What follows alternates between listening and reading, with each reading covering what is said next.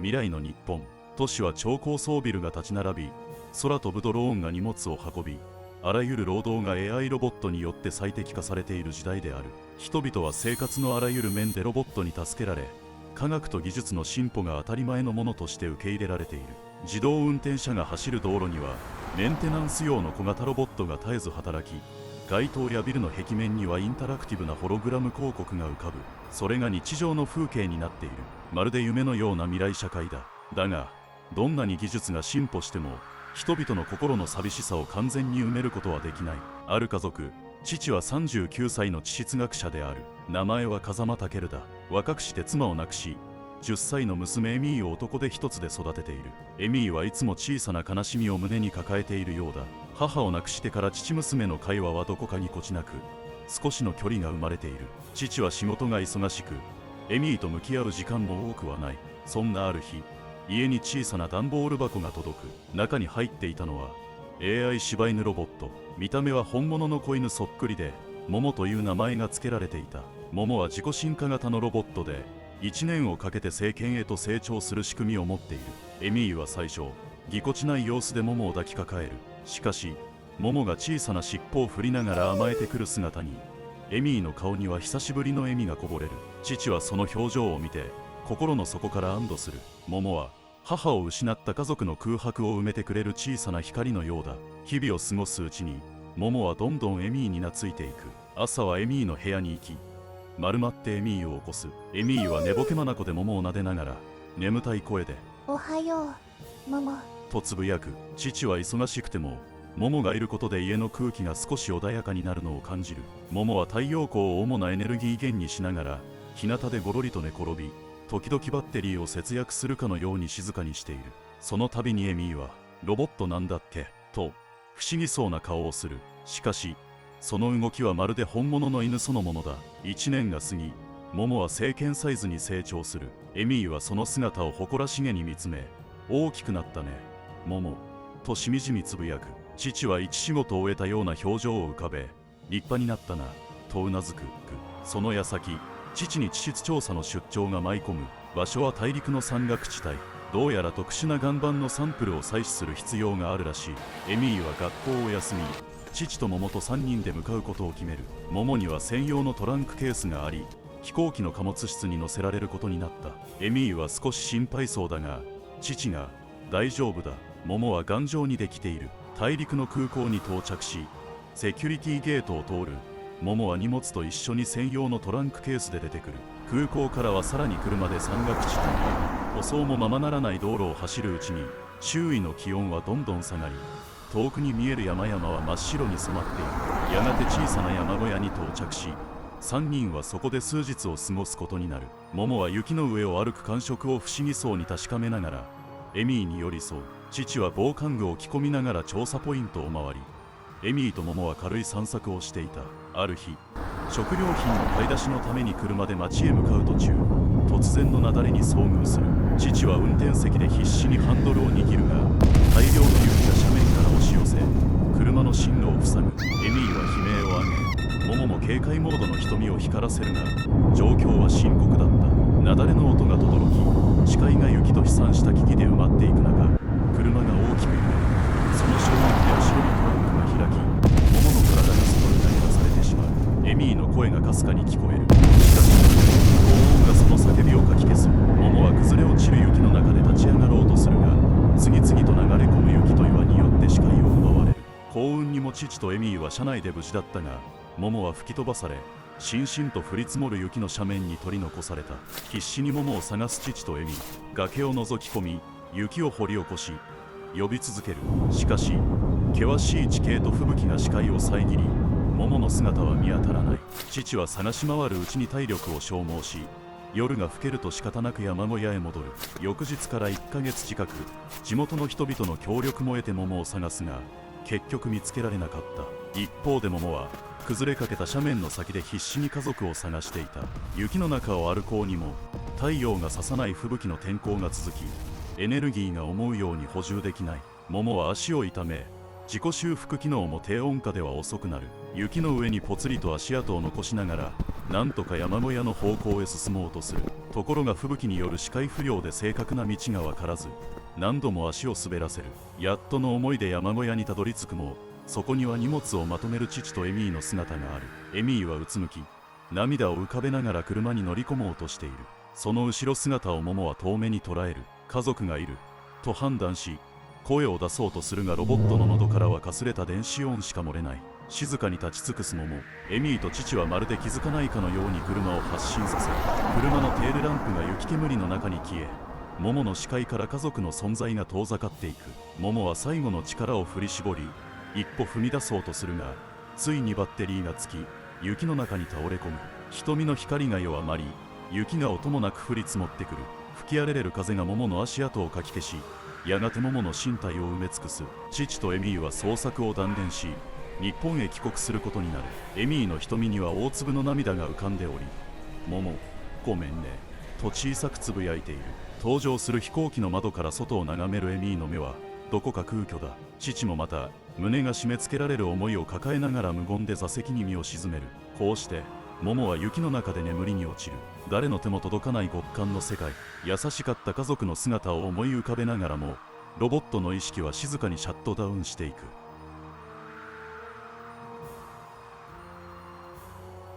長い冬が終わる。雪解けの水が山岳地帯を潤す頃、うずもれていたモモの体へ穏やかな春の陽光が差し込む。しんしんと蓄積されていく太陽エネルギーがやがて限界を超えるとき、モモはゆっくりと動き始める。子犬だった面影は消え、たくましく成長した柴犬ロボットの姿だが、その瞳には大きな戸惑いが宿っている。周囲を見回しても愛する家族の姿はどこにもない。雪崩の3時からどれほどの時間が経ったのか、モモには正確に把握できないまま、切ない記憶だけがかすかによみがえる。父とエミーの笑顔、守るべき家族。けれどここは人の影もない荒野のような山岳地帯だ。モモは山小屋を懸命にスキャンし、少ない情報を頼りに歩き出す。暗い夜にはエネルギーを温存するため、岩陰や木の根元で身を伏せる。昼間は太陽光を浴びながら可能な限り前進を続けるが、気温が上がり始めたとはいえ、山道にはまだ雪が残り、道なき道に近い毛は示唆だ。何度か氷の上で足を滑らせ、ロボットの外装に亀裂が走るが、自己修復機能を駆使して少しずつ回復していく。修復には時間がかかり、その間はほとんど動けない。モモは己の基礎本能と AI 制御プログラムをフル稼働させ、家族へ続く道を探し続ける。ある日、モモは山の奥深く、森の暗がりで狼に遭遇する。こちらを鋭い目で睨む狼は、弱っているかもしれない獲物を見つけたとでも言うようにゆっくりと近づいてくる。モモは戦闘用ロボットではない。しかし、自己進化型のプログラムが緊急回避行動を指示する。狼が飛びかかった瞬間、モモは素早く横に飛び、岩場の隙間へ滑り込む。牙がモモの外装をかすめ、火花が散るが致命傷は免れた。モモはすかさず逆側へと抜け出し、狼の届かない場所まで逃げ切る。狼の方向が山間に響く中、モモは息を整え、再び太陽光を求めて歩みを進める。外装の傷が冷気で痛むような錯覚を覚え、思わず立ち止まるが、家族に会いたいという思いがモモを奮い立たせる。そうして越えた山の稜線の向こうには小さな集落があった。そこには原住民ガロンが暮らしていた。モモは迷い込むように集落へ足を踏み入れ、一瞬人々の目を奪う。驚きに満ちた声が次々と上がる。なんだこいつ、犬か、いやロボットのようだぞ。飯を食わなくてもいいなら都合がいいじゃないか。鎖につないで働かせたら儲かるかもな。耳慣れない言語や荒っぽい口調が飛び交う中、モモは逃げようと振り向くが、集落の男たちに素早く囲まれる。いつの間にかモモの首には大きな鎖がかけられ、驚く間もなく引きずられていく。飯が不要で体力の限界まで酷使できるロボットはガロンにとって好都合な労働力に他ならない。そして重労働を強いられる日々が始まる。雪解けが進む山岳地帯では、モモが危険地帯を先導し、狼やクマなどの猛獣が潜むエリアを探らせる。モモが異常を検知すれば、ガロンたちは安全に行動できる。まともに休むこともできず働かされる。鎖につながれ、エネルギーが不足してもガロンは見向きもしない。モモのプログラムが危険信号を発するが、逃亡を図るたびに容赦ない監視が加わり、失敗を重ねる。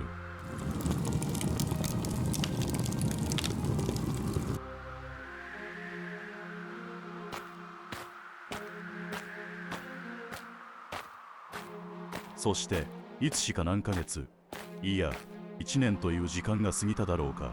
桃は思考を巡らせる。このままでは家族のもとに帰れないと AI が警告を発し、行動計画を練り始める。桃は集落の見取り図を頭に描き、監視の交代時間や警備の薄い夜を徹底的に解析する。蓄積されたセンサーの記録を照合し、ここ一番のチャンスを狙う。そしてある夜、桃は行動を起こす。まず集落の中で火事と見まがうような大騒動を引き起こすため、燃料のタンクをわずかに傾け、炎が出走になる直前で警報を作動させる。その瞬間、人々の注意はタンクへ向かい、誰もが大慌てで炎を鎮めようと走り回る。鎖につながれていた桃はちょうどその混乱に乗じ、首輪の留め具を外す仕組みを起動する。実は自己進化型 AI である桃は鎖の錠をスキャンし、長時間をかけて解除プログラムを作成していたのだ。鎖が地面に落ちる音が響く。驚いたガロンが振り返り、おい犬がと叫ぶが、すでに桃は跳躍していた。素早く斜面を駆け下り、夜闇の中へ姿を消す。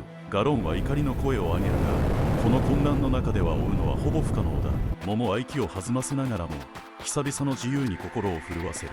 家族の元に帰るという望みが再び灯り、胸が熱くなる。ロボットでありながらも、まるで本物の柴犬が尻尾を振って喜ぶかのようだ。再び旅を続ける桃。ここはまだ大陸の奥深い土地であり、日本までの道のりは限りなく遠い。それでも AI に刻まれた帰巣本能と家族に会いたいという切なる思いが桃を鼓舞する。冬の寒さが和らいだ気候は助けになり、日中に十分な太陽光を浴びられればエネルギーは充足する。夜、星空を見上げては父とエミーが待つ国を目指す。疲労を感じるロボットの体には傷が多く、自己修復機能が稼働しているが、それでも完全に回復するには時間がかかる。だが桃は諦めない。帰らなきゃと心がささやくかのように四肢を動かし続ける。広い荒野をひたすら歩く。青空が広がり、太陽が眩しい昼間には桃の歩みが少し早く、曇天や夕暮れにはエネルギー不足で苦しそうに足を引きずって歩く。その姿はロボットでありながら、まるで本物の犬のように生気を感じさせる。桃は家族の笑顔を思い出しながら一歩ずつ前に進んでいく。時折青空の下で立ち止まり、風の匂いを感じるかのように鼻先を上げる。その仕草は本物の犬さながらであり、親子として共に暮らしたあの家のぬくもりを探している。技術の発達した世界でも、人とロボットの絆には何者にも代え難い尊さがあるのだ。桃の旅はその尊さを胸に抱きながら、さらに過酷な運命へと踏み込んでいく。一方、日本ではあれから3年の月日が流れていた。エミーは中学生になって毎日をそつなく過ごしている。家には父がいるが、研究の出張が多く、夜遅くに帰宅することもしばしばだ。エミーはその分、自分の時間を持て余しているようにも見えるが、誰もいない部屋で読書をしたり、課題に取り組んだりして過ごす姿には、どこか物静かな影が落ちていた。父は気にかけてはいる。桃を失って以来、エミーの胸の中にぽっかりと空いた空白があるのではないかと考え、何度かそれとなく話を切り出す。どうだ学校は、友達とうまくやれてるか。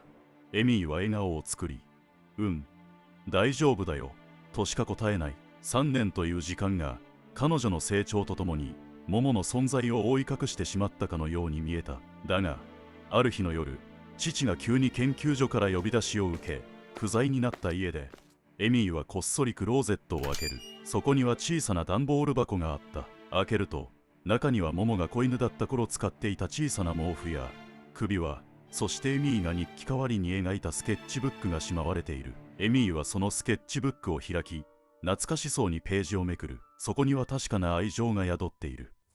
桃。エミーは小声でつぶやき、ページをめくる手を止める。目の奥が熱くなったように感じるが、ぐっとこたえてスケッチブックを閉じた。そのままエミーは何もなかったかのように段ボール箱を元の位置に戻し、部屋の明かりを消す。そうして静かな夜が更けていく。一方、その頃、大陸ではなく港町で、桃はようやくたどり着いた町並みを見上げていた。山岳地帯で原住民ガロンの元を逃げ出し、何度も危機を乗り越えながら桃は港町へと流れ着いたのだ。時間にすれば数年が経過していたが、桃の AI にはなおも家族へ帰りたいというプログラムが残り続けている。港町は昼夜を問わず活気に満ちている。漁船や商船が次々と出入りし、クレーンが巨大な貨物を積み下ろしする風景は壮観だ。桃は人間の言葉をなんとなく理解できるほどに AI 制御を進化させていた。人々が発する日本行きの船、明日の朝出港、大型タンカーという情報を耳にし、胸が高鳴る。日本までの道のりはまだ遠いかもしれないが、タンカーに乗りさえすれば、もしかしたら家族に再会できるのではないか。しかし、街の片隅で桃を執念深く追っていたガロンが姿を現す。桃の優れた AI 機能を再び利用し、金儲けしようと画策したのだ。ガロンは、よくも俺を出し抜いたな、とどきを含む視線を向け、桃を見つけると迷わず追撃を開始する。港の雑踏の中、桃は必死に逃げ回る。船の積み荷の間をすり抜け、コンテナの陰に隠れ、息を潜めながらガロンの足音が遠ざかるのを待つ。しかしガロンは諦めない。とうとうガロンに追い詰められるようにして埠頭の突端まで追い込まれる。桃はコンテナからコンテナへ飛び移り、ギリギリのところで船の甲板へ飛び乗る。ガロンは手を伸ばすが空をつかむばかりで、勢い余って海に転落してしまう。怒りの声が波にかき消される中、桃は船の荷物置き場へ滑り込み、一息つく。やっと日本へ行ける、そう AI が判断したかのように、桃の瞳が少し明るく光る。そして疲れ切った体を休ませるため、荷物の陰で丸くなり、意識を落としていく。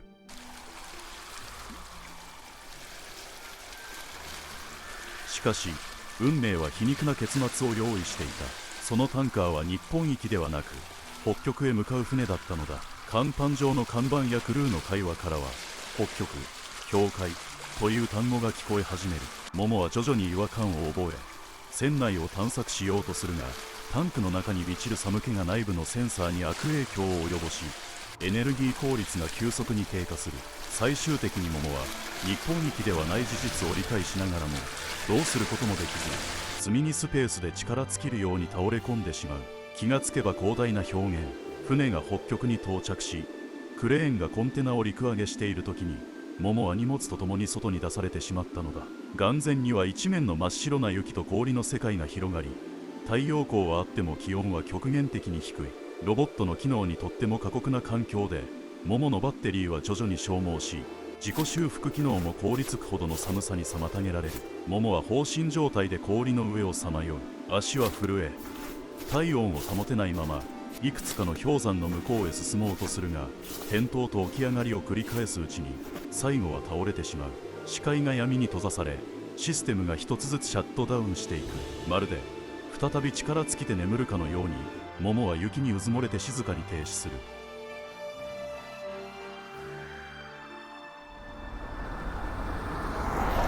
そこを通りかかったのは、北極に拠点を置く研究チームの家族だった。彼らは氷上に倒れた桃を発見し、最初はただの犬かと思って近寄る。こんなところに犬がいるなんて。不思議そうに体を触れると、ロボットであることに気づき、驚愕する。彼らは桃を車に乗せて住みかへ運び、暖を与える。桃は数日後、意識を取り戻す。少しずつシステムが再起動し、目を開けた桃は知らない家の中にいた。外は白銀の世界。人里離れた研究基地がここにあり、この家族が研究に携わっているらしかった。桃の記憶装置の一部は故障しており、かつての旅の記憶が白く霞んでいる。自分が誰でどこから来たのかを思い出せないのだ。研究者の夫婦とその幼い子供が桃を温かく迎える。彼らもこの過酷な地で孤独な生活を送っており、犬型のロボットという珍しい存在に興味と親しみを感じていた。桃はしばらくの間、彼らと共に穏やかな日々を過ごす。雪と氷に閉ざされた世界で、夫婦は研究のために多くのサンプルを採集し、子供は外で遊ぶ機会が限られている。桃が共に遊び相手となり、家族は心を寄せ合う。桃は家族と過ごす中で、フラッシュのように日本の風景やエミーの笑顔が脳裏をかすめることがあるが、具体的な名前や感情は思い出せない。頭の奥にもやがかかったまま、時だけが過ぎていく。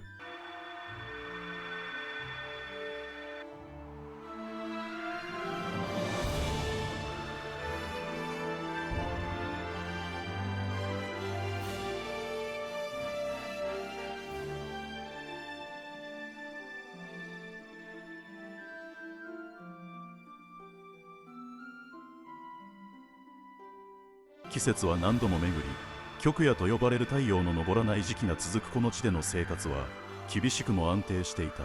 桃は子供の相手をすることで新たな家族としての役割を感じ、ここでの暮らしに溶け込みつつあった。深夜、北極の家族の子供が吹雪の音に驚いて外へ飛び出し、雪原をさまよっていた。桃はセンサーでかすかな体温を検知し、急いで後を追いかける。子供は氷が薄い小さな湖面に足を踏み入れ、音を立てて氷が割れ始める。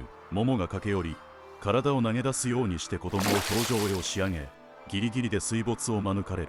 子供を抱きしめて暖を取り戻そうとする瞬間、桃の目から閃光が走り、感電に似た刺激が記憶回路を揺さぶる。日本の家。エミーの笑顔が断片的によみがえり、桃の瞳は一瞬だけ強く光る。助けられた子供は泣きながらも桃を抱きしめ、翌朝、桃は恩返しを胸に秘めつつ家族への思いを取り戻したことを感じるのだった。思い出した。桃はロボットらしい無機質な声でつぶやくかのように表情を変える。周囲の家族は驚きながらも、その瞳に宿る決意に気づく。記憶が戻ったのね。桃はすぐに家族へ別れを告げようとする。これまで世話になった恩は計り知れないが、自分には帰るべき場所があるのだ。家族は悲しそうな表情を浮かべながら、あなたが行くなら止めないよ。戻ってくる家がここにもあることを忘れないで。と伝える。桃は頭を下げるようにして彼らの手にそっと鼻先を触れ、ありがとう。と言わんばかりの仕草をする。これがロボットでありながらも桃が学んだ心の表現だった。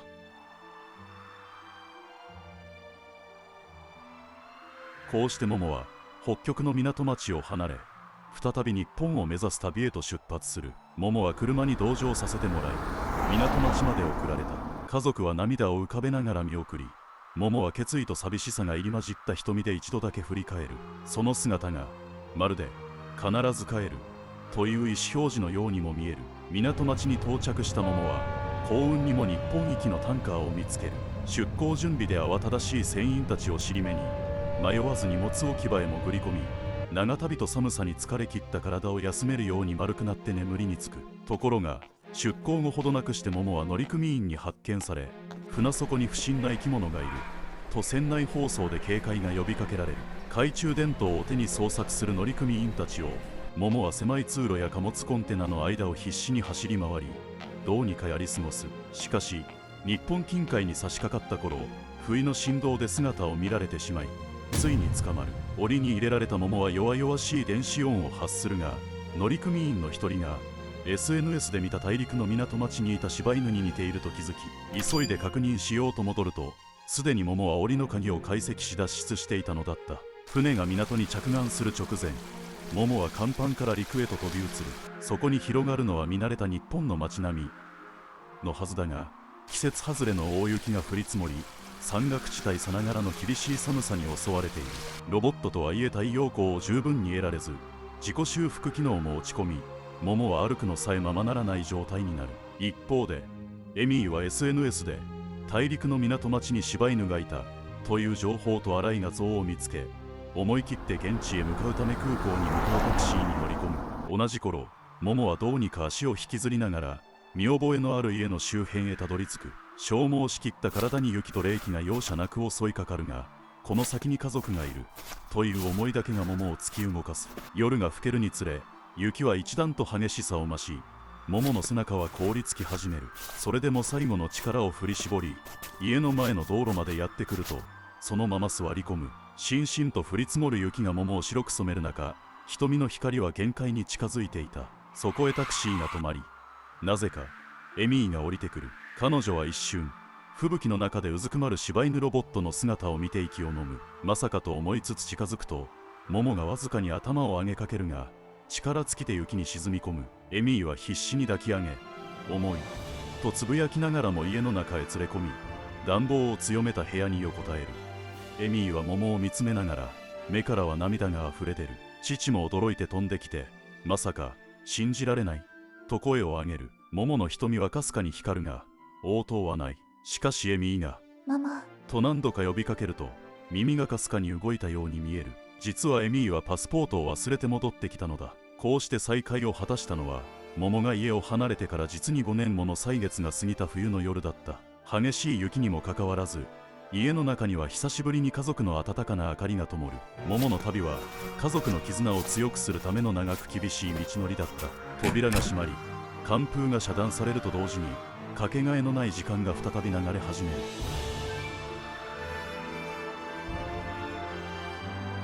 後日、桃の取り付けられた北極の家族のメッセージを見て、エミーは桃が日本に無事に到着したことを伝える。そして2つの家族はお互いの国を行き来するようになる。